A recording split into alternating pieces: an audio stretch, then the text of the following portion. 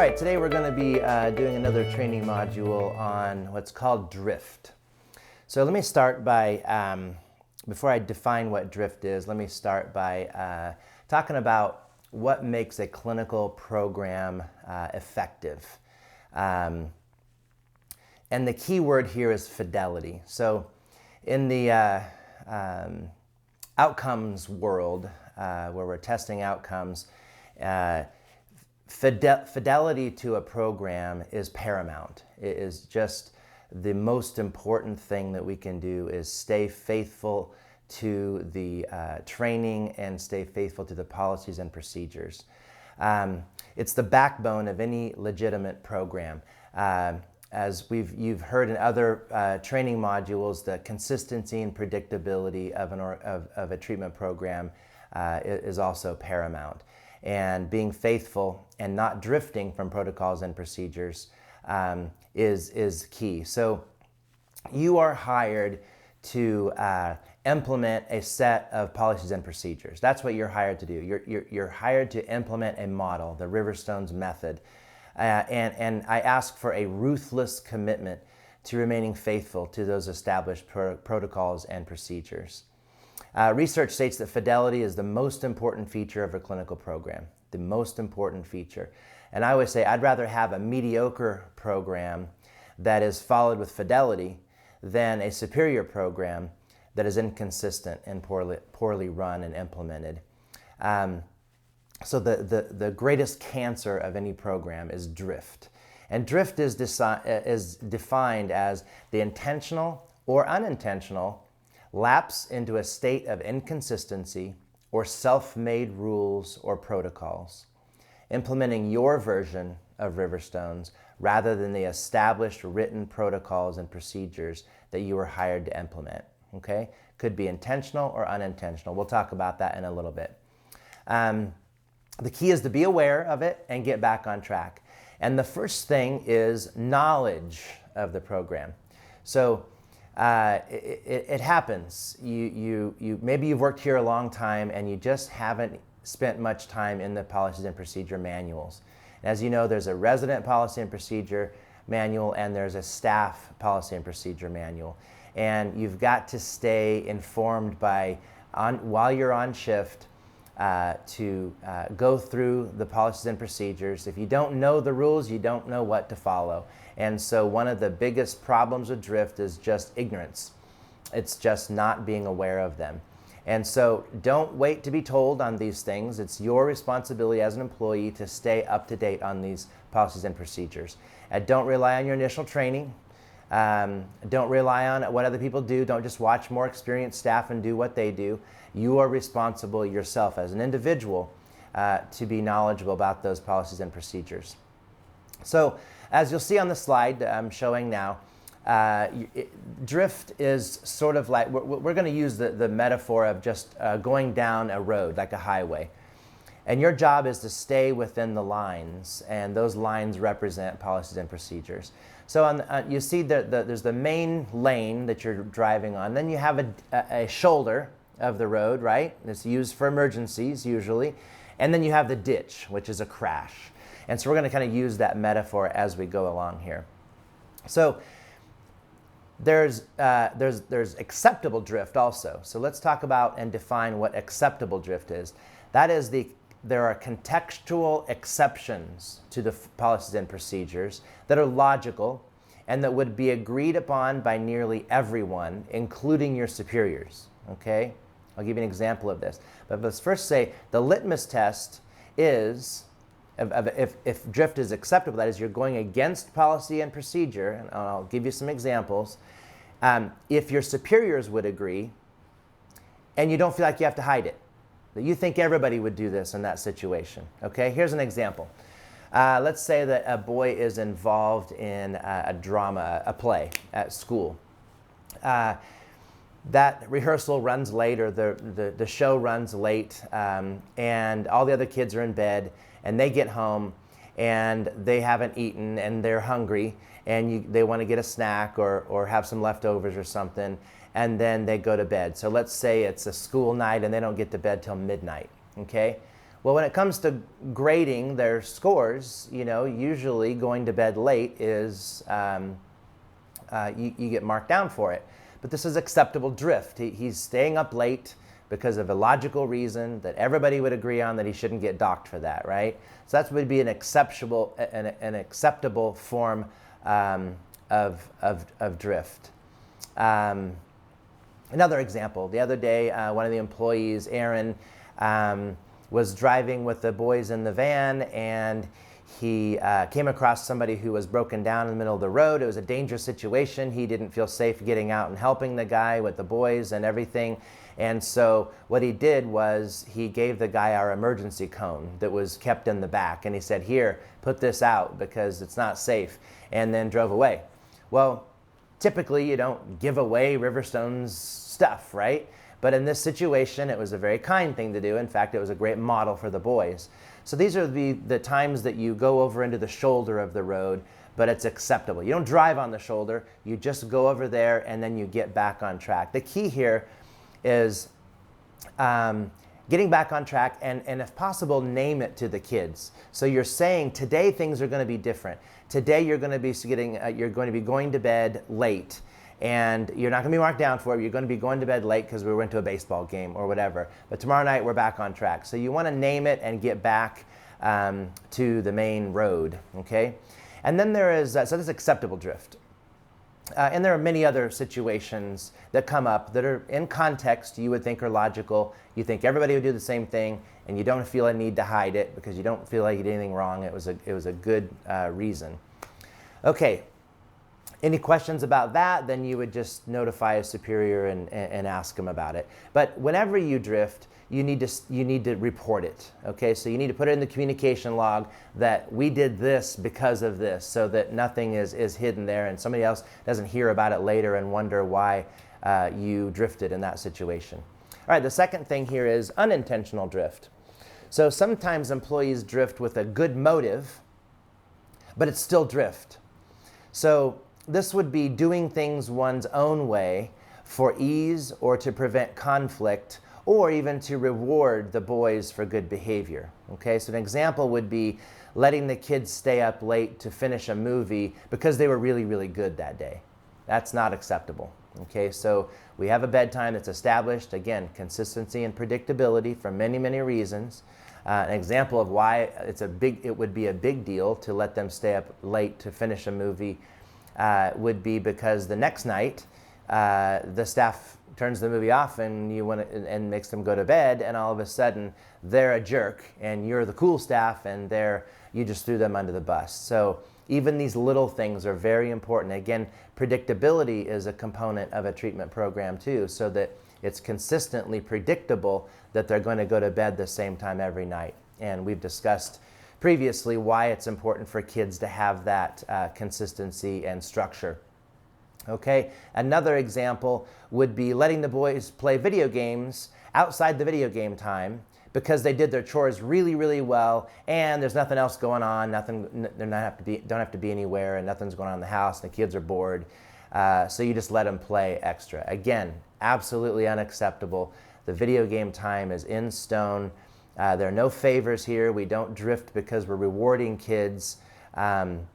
We have to stay consistent. Another example would be not requiring a community pass form for a kid who's going on community pass because they want to go really soon and it came up sort of last minute and their friend called them, and so you say, you know what, you can fill it out later, go ahead. Again, not acceptable. That's a form of drift. And making exceptions to a rule that do not meet the above criteria for acceptable drift. Okay, we talked about what acceptable drift does. So any exceptions that don't meet the criteria for acceptable drift, that logical reason that everybody would agree with, is a form is not acceptable. Another reason for unintentional drift would be not following the protocols because you're tired. Okay, that happens. These kids wear you out. And so then you end up being more sedentary, you're tired, or maybe you don't want to create conflict and you're just worn out. And so that is often sometimes that people make mistakes when they're tired and they don't follow program procedures. And then another one is, as I mentioned, avoiding conflict.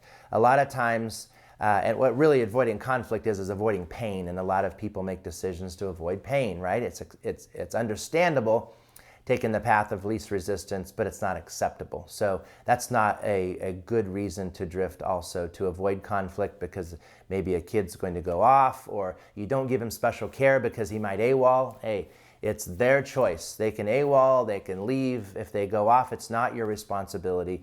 You'd never avoid consequences because you're afraid that a kid's going to be angry or make a bad decision. We have to stay consistent and predictable in that way. There are very, very few situations that would be acceptable, and you would have to get authorization from a clinical case manager or me in order to make those exceptions of not giving a kid, say, special care or a chill out. If it creates a dangerous situation, although you don't know, and if a kid they can get into the habit of threatening dangerous situations in order to avoid punishment, and so we can't allow them to do that. So again, their decisions are their responsibility. Your job is to implement the program.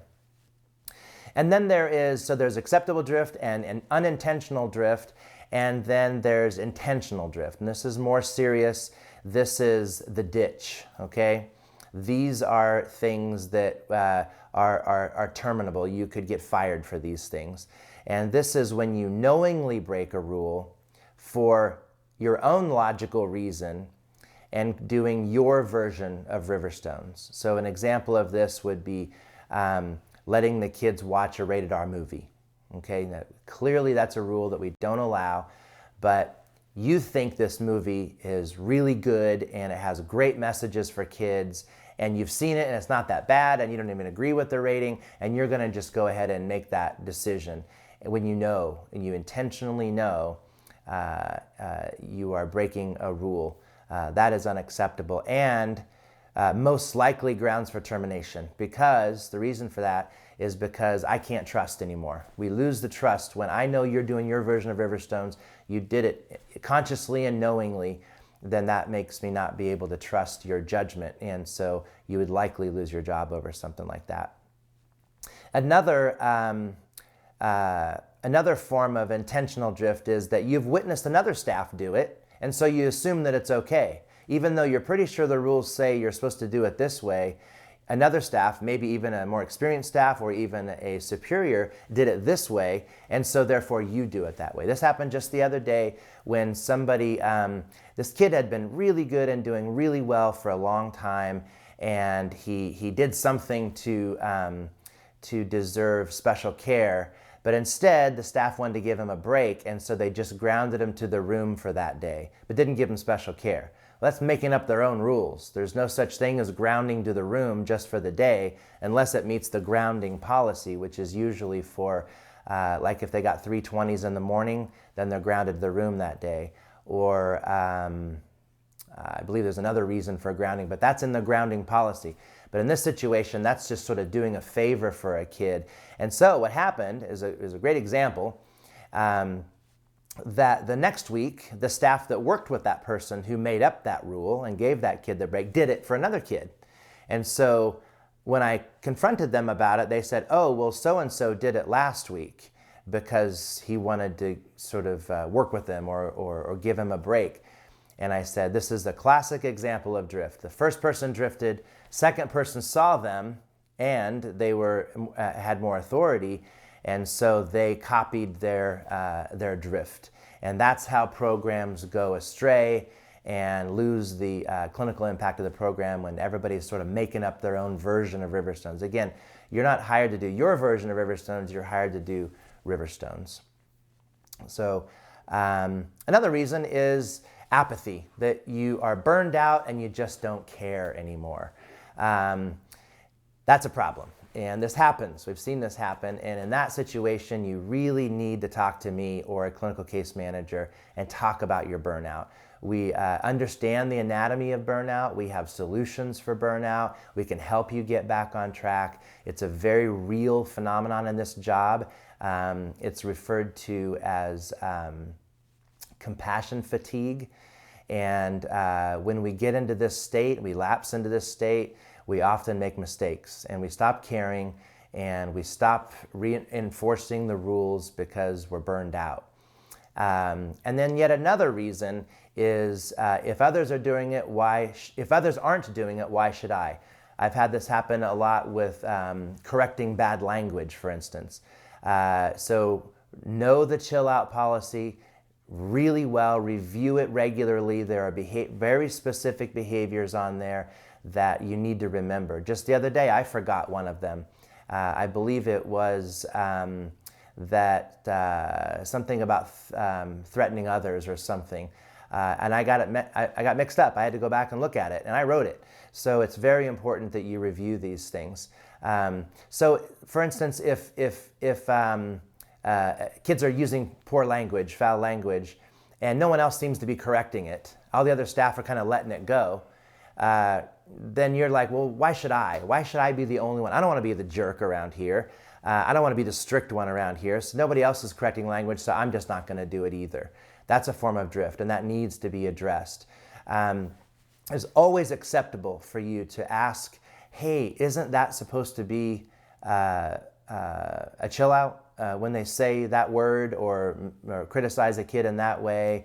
Or isn't that supposed to be a chill out? Because number one, and I don't care if it's your authority figure, they need that accountability. So one of the ways to prevent drift is mutual accountability. And that is where you ask a question, or you don't have to lecture, you just ask them, I think that might be on the chill out policy, that they should be getting a chill out. That, oh, thanks, I didn't know that. Or yeah, I'm just gonna let by with that. And they're like, wow, that sounds like drift to me. And wherever I see drift, it's very important that I confront it. So I ask the same of you. We're all here committed to doing our best and being loyal and faithful to the programs and procedures, and we need each other to hold ourselves accountable for our behavior and choices.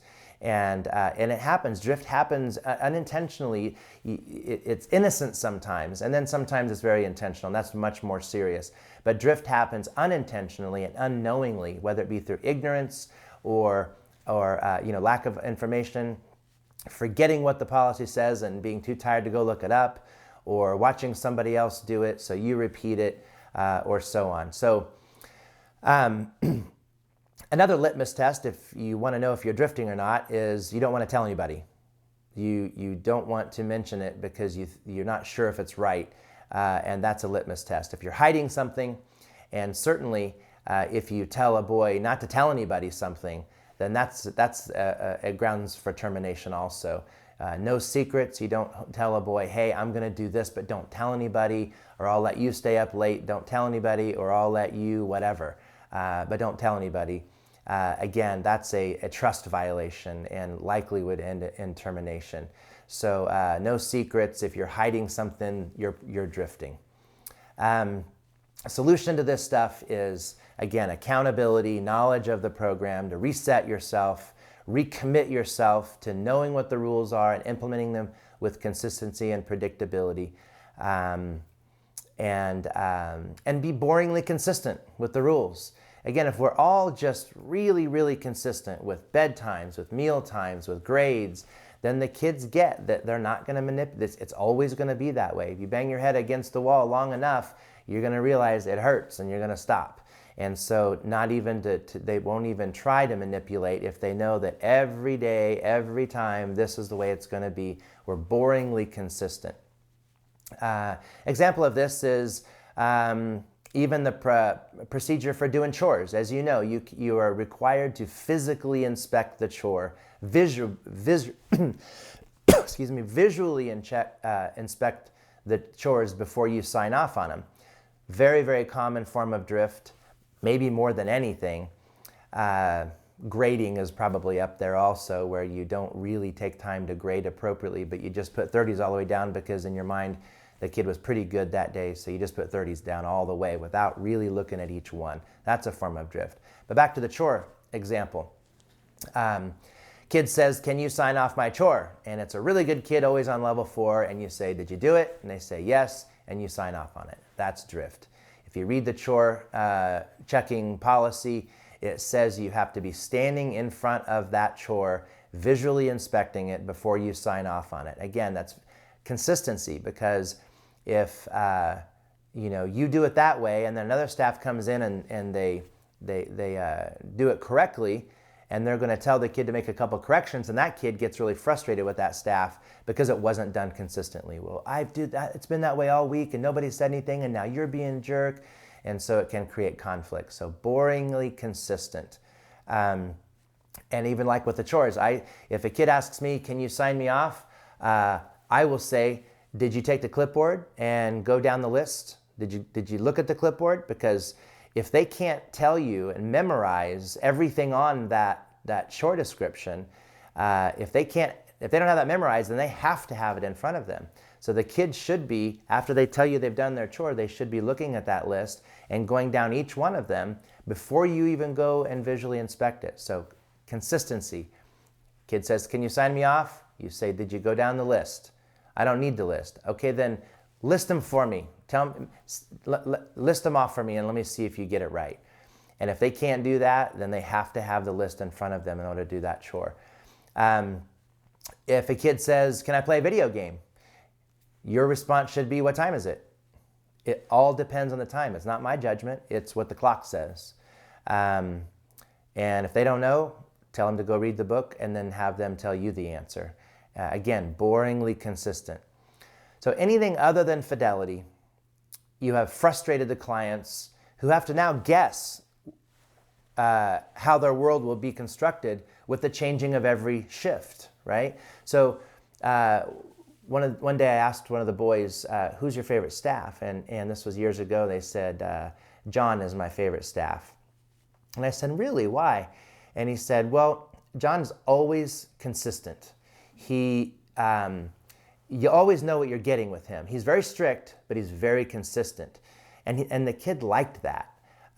Kids like that predictability and consistency. He said sometimes staff will let you take the food into the living room and they won't do anything. And then the next day, if they're in a bad mood or something, then they'll give you a consequence for it. And I don't like that because you never know what you're getting. You never know who you're up against. So it makes their world very confusing. They like to know exactly what's going on. It's part of a treatment program to have consistency and predictability. They need that structure so that they feel safe and they can worry about other things.